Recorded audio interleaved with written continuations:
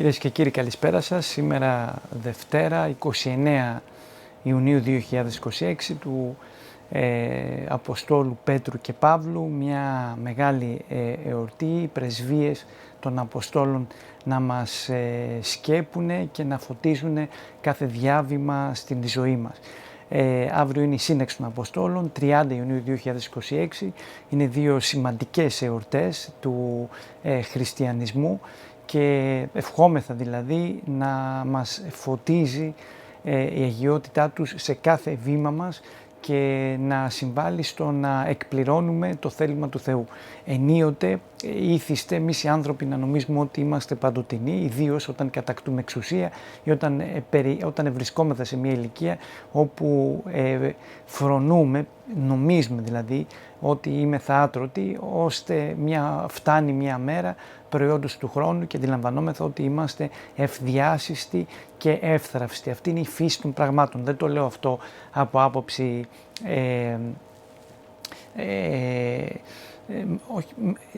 εσχατολογική, από άποψη δηλαδή περισσότερο θεολογική, είναι μια αντικειμενική πραγματικότητα. Εξ αυτού λοιπόν του λόγου ανέκαθεν η θέωθεν ή εξ ουρανού αρρωγή, η κατευθυντήρια γραμμή, αυτό το οποίο διατυπώνουμε και λέγουμε σύνθεο ή πρώτο Θεός, αποδεικνύει ακριβώς το γεγονός ότι έχουμε πλήρη συνείδηση και επίγνωση της φύσης μας, του γεγονότος δηλαδή ότι είμεθα περαστική, έχουμε θνησιγενή φύση και υποκείμεθα ημέρα καθημέρα στην αδυσόπιτον φθορά του χρόνου. Εξ αυτού του λόγου και αναπέμπουμε στην εξ ουρανού αρρωγή και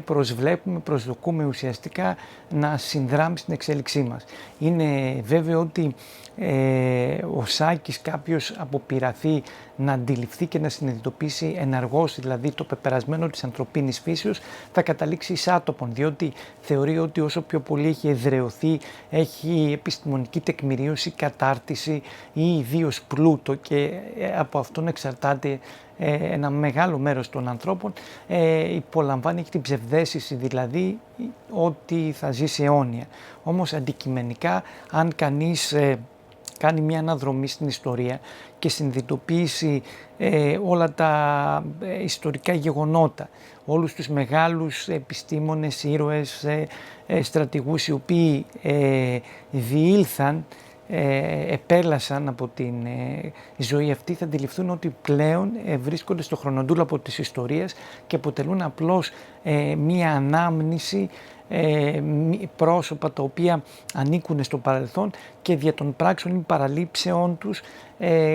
κατέληψαν μία ορισμένη παρακαταθήκη, κληροδότησαν σε εμάς τους επιγενόμενους τις διδαχές τους, τις πράξεις τους και τους ακολουθούμε σε όλα τα επίπεδα και σε όλα τα ετερόκλητα πεδία. Αυτό το λέγω για να αντιληφθεί κανείς ουσιαστικά, αυτό συνέβαινε πρότινος καιρού, δεν είναι κάτι δεδομένο, όθεν και το αναφέρω, ότι δηλαδή ιδίως στις παροιμήν σχέσεις πρέπει να αντιλαμβανόμαστε ότι η φύση μας είναι θνησιγενής, ότι δεν ζούμε αιώνια και όσο περισσότερο το αντιληφθούμε τόσο περισσότερο θα είμαστε πιο προσαρμοσμένοι και πιο αποτελεσματικοί. Άρα επομένως θέλω να πω ότι είναι προτιμότερο εν άλλης λόγης να είμαστε ταπεινόφρονες, να είμαστε προσιτοί και να αντιλαμβανόμαστε το τι συμβαίνει περί ημών και να μην νομίζουμε ότι είμαστε άτρωτοι και ότι από εμάς εξαρτώνται όλα. Αυτό είναι μια θεμελιώδης αρχή η οποία διέπει τη ζωή μας και το λέγω εξ αφορμής της σημερινής μεγάλης εορτής, αλλά και γενικότερα, διότι ούτως ή άλλως βαίνομεν πλέον και στις θερινές εορτές, οι οποίες είναι διόλου καταφρόνητες με επίκεντρο το μικρό Πάσχα, όπως ήθιστε να λέγεται. Έχουν γραφεί πάρα πολλά και από τον μεγάλο διηγηματογράφο τον Αλέξανδρο Παπαδιαμάντη, ο οποίος από μόνος του αποτελεί μια σχολή σκέψης, ο οποίος αναφέρεται στην ζώσα παράδοση, στα οθνία στοιχεία της παραδόσεως και το καθεξής. Μιλούμε για την κοίμηση της Θεοτόκου, αλλά και πρώτης κοιμήσεως της Θεοτόκου είναι της Αγίας Μαρίνης, της Αγίας Παρασκευής και ούτω καθεξής. Να πω ότι έχουμε πηγαίνονται ακόμη σημαντικές εορτές διαρκούντος του θέρους. Όμως αρξαμένης της συζητήσεως αυτής, θα ήθελα να πω ότι βαίνομεν ολοταχώς προς τα μέσα του θέρους και ουδείς γιγνός και τη μέλη γενέσθε.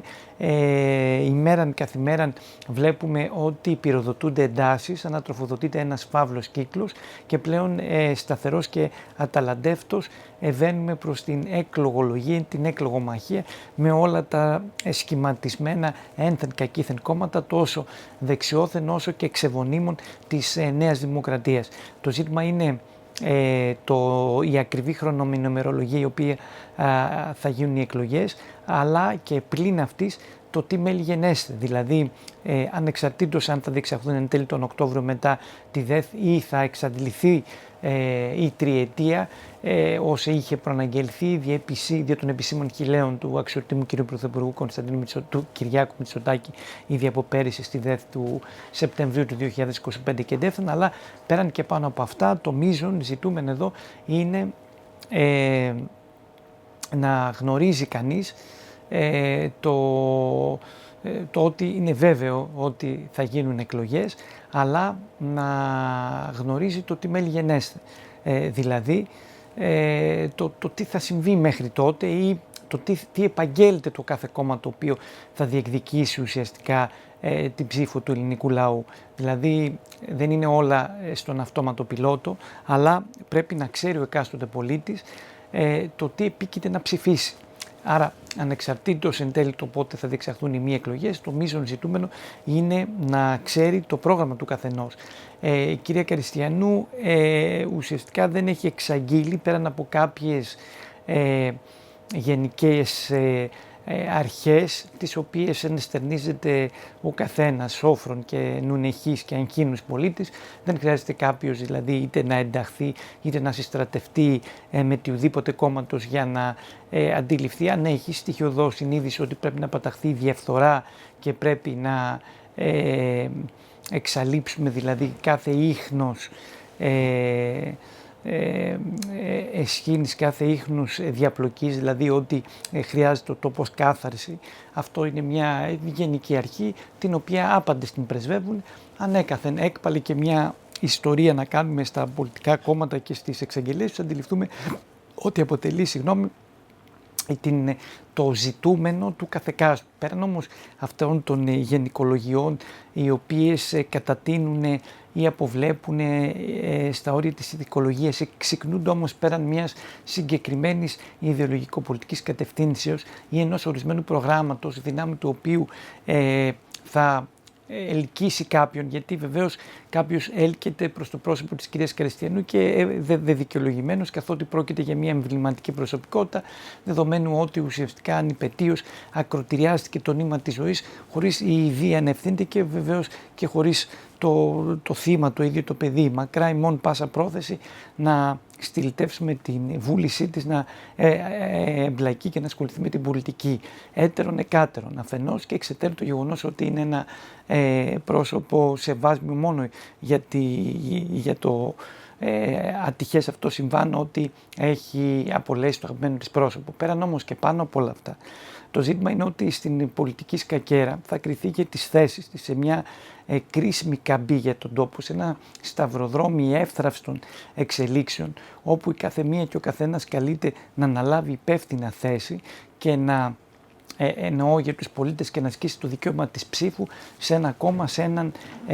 επικεφαλής κόμματος, ο οποίος θα παραθέσει ένα αρκούντος ικανοποιητικό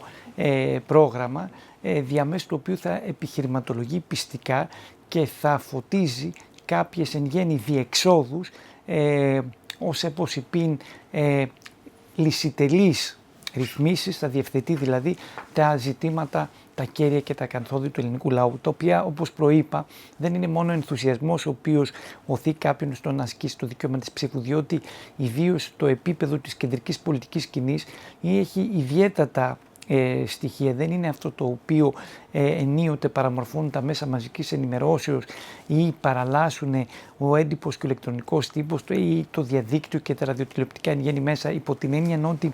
η ενώπιος ενωπίου και εκ του σύνεγγυς επαφή με το διαζώσεις πολιτικό γίγνεσθε απαρασάγκας απέχει, πόρο απέχει από την εκ του μακρόθεν ανάγνωση διαμέσου των μέσων μαζικής ενημερώσεως ή διαμέσου εκ του ασφαλούς από καθέδρας, αυτό το οποίο θα ήθελα να πω, δηλαδή από την ακαδημαϊκή σύλληψη ή συζήτηση περί της πολιτικής σκηνής. Δηλαδή είναι εντελώς διαφορετικό κάποιος να ενημερώνεται από τον εν γέννη τύπο ή να διατυπώνει μια γνώμη όντας μέσα στα πράγματα ή ασκώνει ένα επάγγελμα ή αποκομίζοντας μια γνώση από την καθημερινότητά του. Γιατί ο κάθε πολίτης στα πλαίσια μιας πολιτείας, ανεξαρτήτως του επαγγέλματος το οποίο βιώνει, έχει γνώμη, μια άποψη και αυτό τον οθεί στο να ασκήσει το δικαίωμα της ψήφου ή να διατυπώσει μια γνώμη. Δεν χρειάζεται κάποιος να ασχολείται με την ενεργό πολιτική. Απλώς να πω ότι είναι εντελώς διαφορετικό κάποιος εκ του ασφαλούς να διατυπώνει μια γνώμη η οποία τον οθεί στο να ασκήσει το δικαίωμα της ψήφου, ανεξαρτήτως αν είναι βάσιμη, εμπεριστατωμένη, ανεδαφική. Είναι διαφορετική η έμπρακτη εφαρμογή της πολιτικής ή ενώπιος ενώπιο διαζώσει εκ του σύνεγγυς ασκουμένη πολιτική. Είναι δύο διαφορετικά μεγέθη, τα οποία ενδεχομένως να αλληλοσυγκρούνται. Μπορεί να μην γίνεται αντιληπτό αυτό το οποίο λέγω, διότι φέρονται και φαίνονται εν πρώτης ή εκ πρώτης όψεως να αλληλοεπιδρούν και όχι να αλληλοαποκλείονται, όμως το όντι και της πράγμαση επί τη πράξη κανείς αν το βιώσει θα δει ότι υπάρχει και μια σύγκρουση. Δηλαδή εν άλλες λέξεις, αυτό το οποίο εγώ θέλω να πω και είναι σαφές ότι έχει μια άλλη αντικειμενικά όψη η εμβιουμένη πολιτική ενώπιος ενώπιο από την πολιτική η οποία αλλοιούται άλλοτε και διοχετεύεται ή κατασκευάζεται ή αλωτριώνεται, παραμορφώνεται διαμέσου του τηλεοπτικού ή του φακού, διαμέσου των μέσων εν γέννη μαζικής ενημερώσεως. Θέλω να πω ότι είναι εντελώς διαφορετικό κάποιος ως τρίτος να παρεμβάλλονται τα μέσα μαζικής ενημερώσεως προκειμένου να διοχετεύσουν μια πληροφόρηση ή διαμέσου της ειδησιογραφίας να ενημερωθούν αναφορικώς με το γίγνεσθε των πολιτικών δρομένων και τεκτενωμένων, και είναι έτερον κάτι παντελώς διαφορετικό τούτο να συμβαίνει διαζώσεις ή εκ του σύνεγγυς μέσω των μέσων μαζικής ενημερώσεως ή μέσω της ιδίας της Βουλής. Δηλαδή θέλω να πω ότι βεβαίως η προεκλογική εκστρατεία αυτή καθ' αυτή, βεβαίως η εμπλοκή με την πολιτική, ασφαλώς η έκθεση μέσω της πολιτικής και η επιχείρηση να διαχειριστείς τρόπον αυτές τις ετερόκλητες πηγές οι οποίες αντικειμενικά σε βάλουν όταν εκτίθεσαι στην πολιτική, ιδίως στα μέσα μαζικής ενημερώσεως, όπου διατυπώνεις μια γνώμη και την διαστρεβλώνουν ή την παραλλάσσουν, και εσύ για να το αντιμετωπίσεις ουσιαστικά πρέπει να κάνεις συμμαχίες, μπαίνεις δηλαδή σε μια άλλη λογική. Θέλω να πω ότι το αφήγημα στην πολιτική ή το ιδεολογικό στίγμα, το οποίο είναι ιδιαίτερα σημαντικό, δεν αρκεί μόνο του, γιατί χρειάζεται και το κατάλληλο momentum να διατυπωθεί για να μην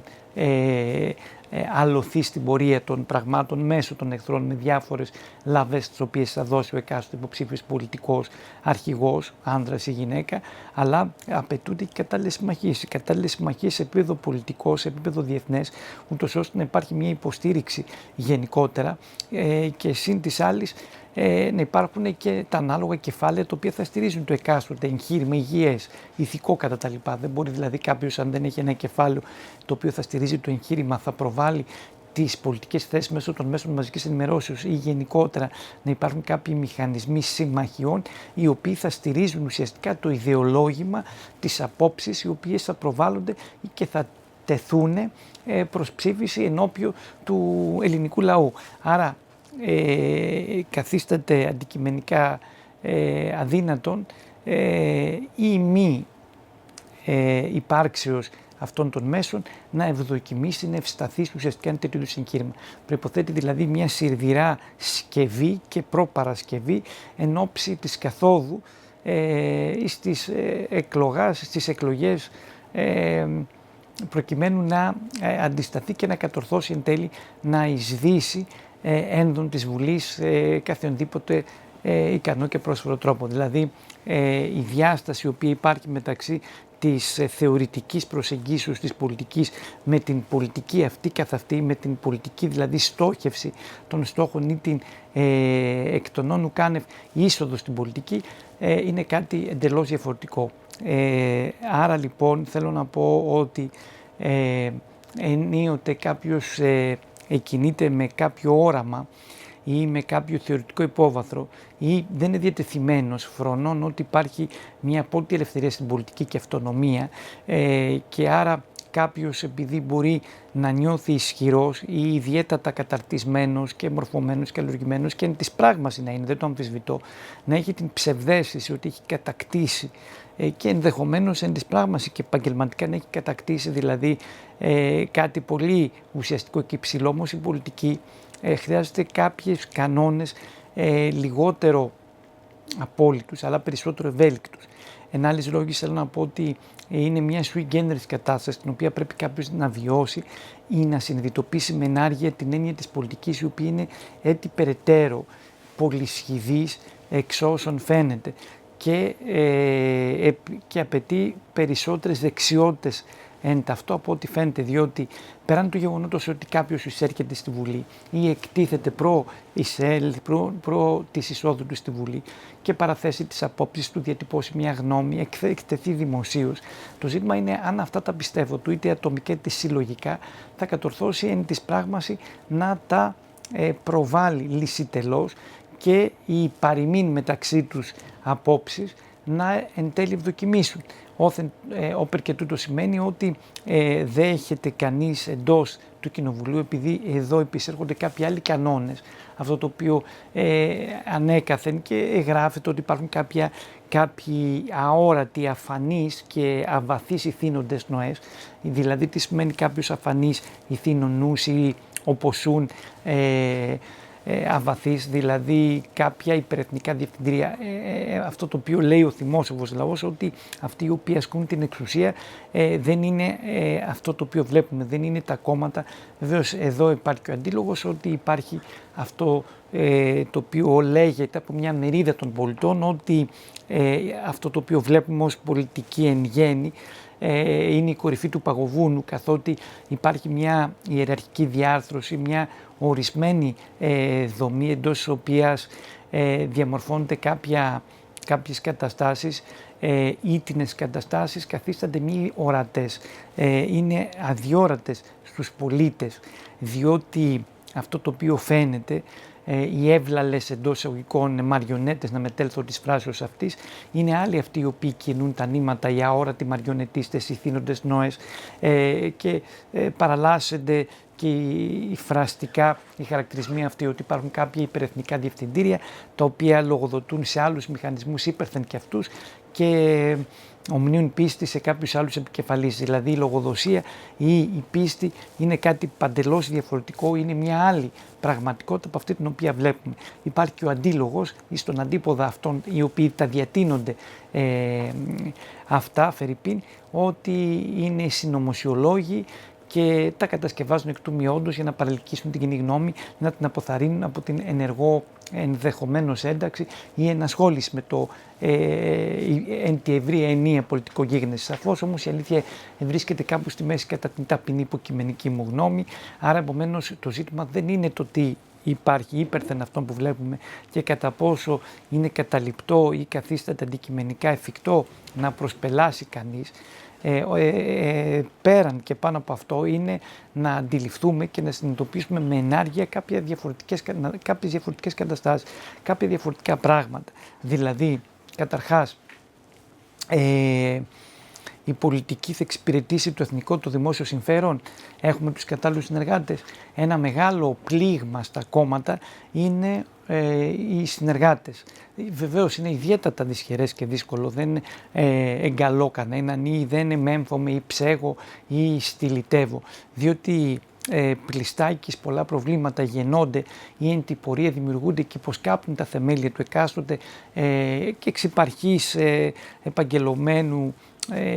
εγχειρήματος προς αλλαγή κτλ. Δηλαδή η έννοια της συνεργασίας είναι βασικό, διότι όταν τίκεται ένα κόμμα, ακόμα και στους μηχανισμούς των μεγάλων κομμάτων, όπως είναι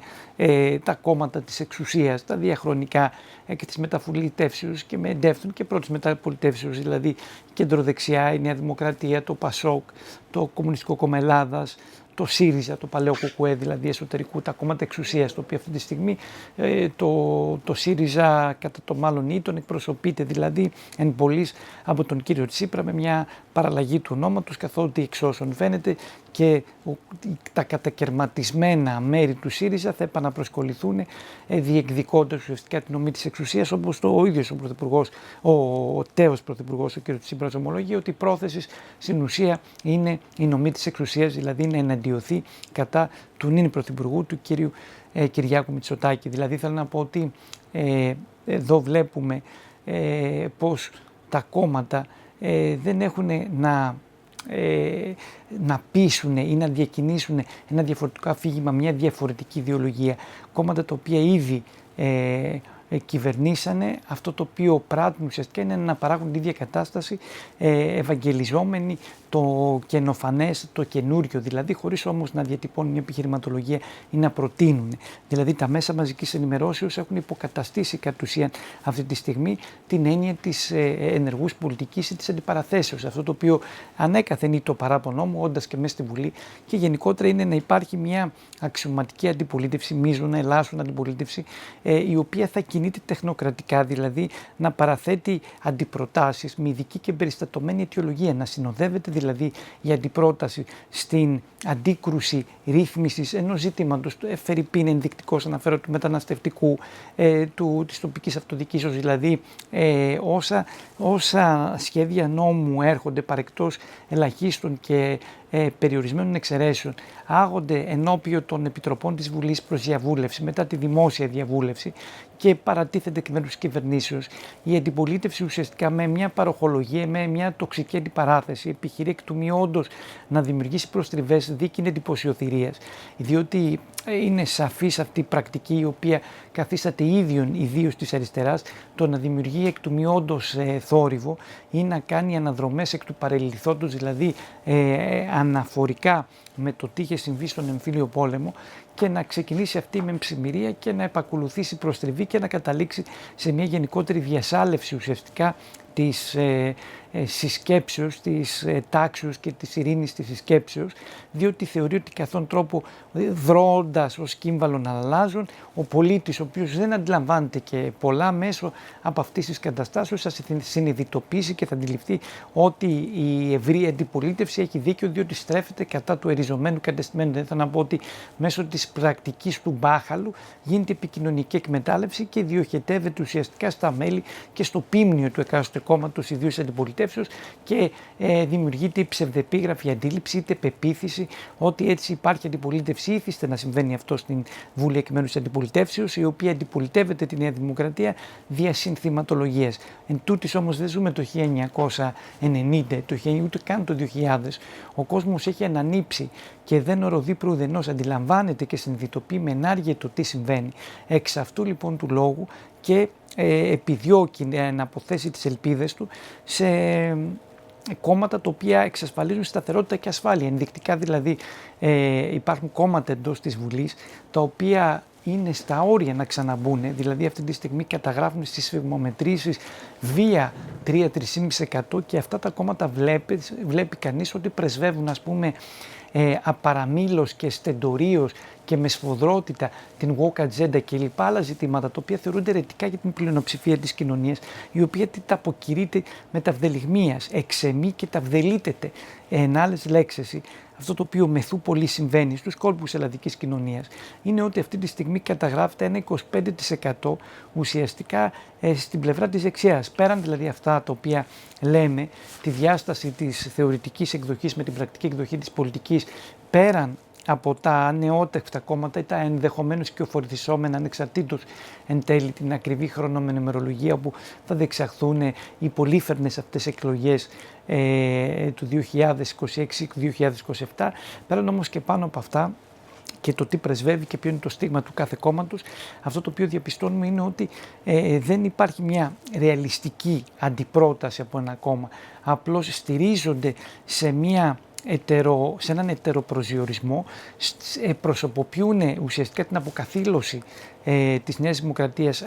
εκ του προσώπου του κ. Μητσοτάκη χωρίς να προτείνουν κάτι. Δηλαδή θέλω να πω ότι έχουμε μια συνθηματολογική ρητορική, μια τοξική αντιπαράθεση, ένας ετεροπροσδιορισμός των υπαρχόντων κομμάτων ένδων της Βουλής αλλά και των κυοφορηθισόμενων και των κυοφορούμενων, των ήδη υπαρχόντων νεοτεύκτων κομμάτων. Άρα λοιπόν θέλω να πω ότι η κοινή συνισταμένη, ο κοινός παρανομαστής είναι στην ουσία ο ιδεολογικός ετεροπροσδιορισμός, η αντιπολιτευτική ετεροκατεύθυνση και μία μορφή μανιχαϊστικής πόλωσης και συνθηματολογικής ρητορικής, χωρίς να υπάρχει ένα πρόγραμμα ολοκληρωμένο. Να βγει δηλαδή το εκάστοτε κόμμα, το οποίο ευαγγελίζεται βασίμως, εγώ θα πω, να διεκδικήσει την ομή της εξουσίας, να πείσει την κοινή γνώμη, την λαϊκή ετυμηγορία. Αντί αυτού συνθηματολογεί εν είδη γηπέδου. Άρα λοιπόν εδώ στην παρούσα φάση, όπως έχουμε πει, αυτό το οποίο και ανέφερα η Ρίστον παρόδο και μια άλλη παρεμπίπτουσα πτυχή όλης αυτής της παθογένειας η οποία μαστίζει το σημερινό πολιτικό σύστημα, ότι μικρά κόμματα ενστερνίζονται ατζέντες τα οποία πηχούν στη μειοψηφία της κοινωνίας, παρά τα αυτά τα άγουν και τα προβάλλουν λυσιτελώς ότι είναι η μείζωνα λύση δηλαδή για τα κρίσιμα, κέρια και ακαθόδη κοινωνικο-πολιτικά ζητήματα. Εν άλλες λέξεις, δηλαδή, θέλω να πω ότι αυτά είναι τα μικρά κόμματα. Ανέφερα τη Woke Agenda. Άρα, επομένως, όταν το κόμμα των 3% προβάλλει ζητήματα για να δημιουργήσει θόρυβο, ενώ υπάρχει στην κοινωνία ένα 25% το οποίο δηλώνει ότι βρίσκεται στη συντηρητική παραδοσιακή κατεύθυνση και δεν μπορεί να εκφραστεί, εδώ υπάρχει ζήτημα. Βεβαίως, αυτά τα καταδεικνύω, διότι εγώ δεν είμαι ο αρμοδιέστερος. Απλώς βλέπω ότι ενώπιση των εκλογών αυτών, όπως και των προηγούμενων 3 εκλογών, πέραν του γεγονότος ότι η κυβέρνηση είναι κρατεά και παραμένει σταθερά τα ποσοστά της και έτυχε υποστεί μια φθορά, ανέφερα προηγουμένως, ηρήσεων παρόδο, παρέλειψα λελιθότος ή να είπω ότι η μερίδα του κόσμου, η οποία ψηφίζει, θέλει μια συντηρητική παραδοσιακή δεξιά, θεωρώντας ότι έχει αλλοιωθεί η φυσιογνωμία της Νέας Δημοκρατίας γενικότερα μέσα στα πλαίσια του δημοκρατικού τάξου, αγγίζει στα όρια του 25%. Το παρόν κόμμα, το παρόν ποσοστό, από ποιον θα εκπροσωπηθεί η αλήθεια? Υπάρχει ο κ. Βελόπουλος, υπάρχει Νίκη. Θέλω να πω ότι βρισκόμαστε σε ένα σταυροδρόμι πολιτικών εξελίξεων, τόσο για τη ρευστότητα που επικρατεί για τα υπάρχοντα κόμματα της κυβερνήσεως, της αντιπολιτεύσεως, τα νεότευτα, αλλά και το τι μέλη γενέστε με άλλα κόμματα και ιδίως για κόμματα εκπλήξεων, τα οποία ουσιαστικά θα επιχειρήσουν να προσετεριστούν ψήφους, δηλαδή ένα μεγάλο μέρος του ελληνικού λαού που αυτή τη στιγμή κοχλάζει λόγω της υφισταμένης κατάστασης και δεν βρίσκει αντιπροσωπευτικό κόμμα να εκφραστεί. Θα βάλω όμως μια άνω τελεία, διότι αυτή η ενδιαφέρουσα συζήτηση ημέρα καθημέρα εξελίσσεται, καθότι βαίνουμε σε μια εύθρεπτη κινούμενη άμμο με διακύβευμα το πότε θα διεξαχθούν εκλογές και εν τέλει ποιο θα είναι το πολιτικό σκηνικό, το οποίο θα απαρτίζεται από κόμματα πολύφερνα με ετερόκλητο πολιτικό και ιδεολογικό στίγμα, τα οποία θα διεκδικήσουν την ψήφο του ελληνικού λαού και κατ' επέκταση την ομή της εξουσίας. Κυρίες και κύριοι, εγώ θα κλείσουμε το ηθισμένο σύνθημα τελευταίου του αγωνιστικότητος. Το γέννην έχων είναι εν παντί και πάντοτε και περπάντων αγών, πάλτε και πεσχάτων άχρηες χάτων. Στόμεν καλό στόμεν με τα φόβου, ασνίφουμε και σαγρυπνούμε δεν οροδούμε προυδενός. Ελλήνων ανάμψη, αλέως υπήν επιλήψη γάρ με διηγούμενο χρόνος εξύπνου ηγεθήνε. Γρηγορούμε και οδυνόμεθα φρικτορούντες περί της ακεραιότητας της αληθείας. Παραμένουμε με το όπλο παραπόδας και το δάκτυλο επί τον τύπο των ύλων, προσδοκώντας την εκ της κορνέως ανάστασή μας. Κυρίες και κύριοι, καλή εβδομάδα, έτη πολλά για την σημερινή και την αυριανή εορτή και εύχομαι όλα τα καλά. Ραντεβού την επόμενη Δευτέρα 6 Ιουλίου 2026. Γεια σας.